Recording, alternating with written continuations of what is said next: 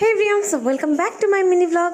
So আজকে গেছিলাম আমি একটু গ্রসারি মার্কেটে আর কিছু গ্রসারি জিনিস নেবো। আর এখানে দেখছো স্যাশে হ্যান্ড ওয়াশ, যেটা পাউডার, জলে শেক করলেই হয়ে যায়। তো ওই পাউডার হ্যান্ড ওয়াশটা নিয়েছিলাম আর কিছু জিনিস নিচ্ছিলাম।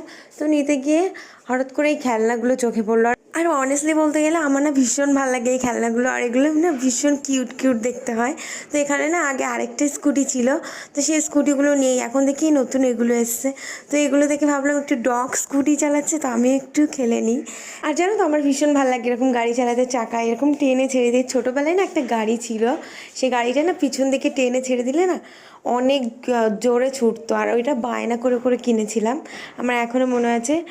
তারপর হঠাৎ দেখি আমার একটা ফ্রেন্ড রাহুল, ও এই গ্রসারি স্টোরে নতুন জয়েন করেছে। তো ও বলছে এই জন্য ভাবি কে ওরকম পাগলামো করছে। তারপর বলছি ভাই এসছিস যখন ক্যামেরাটা ধরে দে। ও বলছে দাঁড়া, এটাই না একটা ম্যাজিক আছে। তারপরে এটা দেখালো।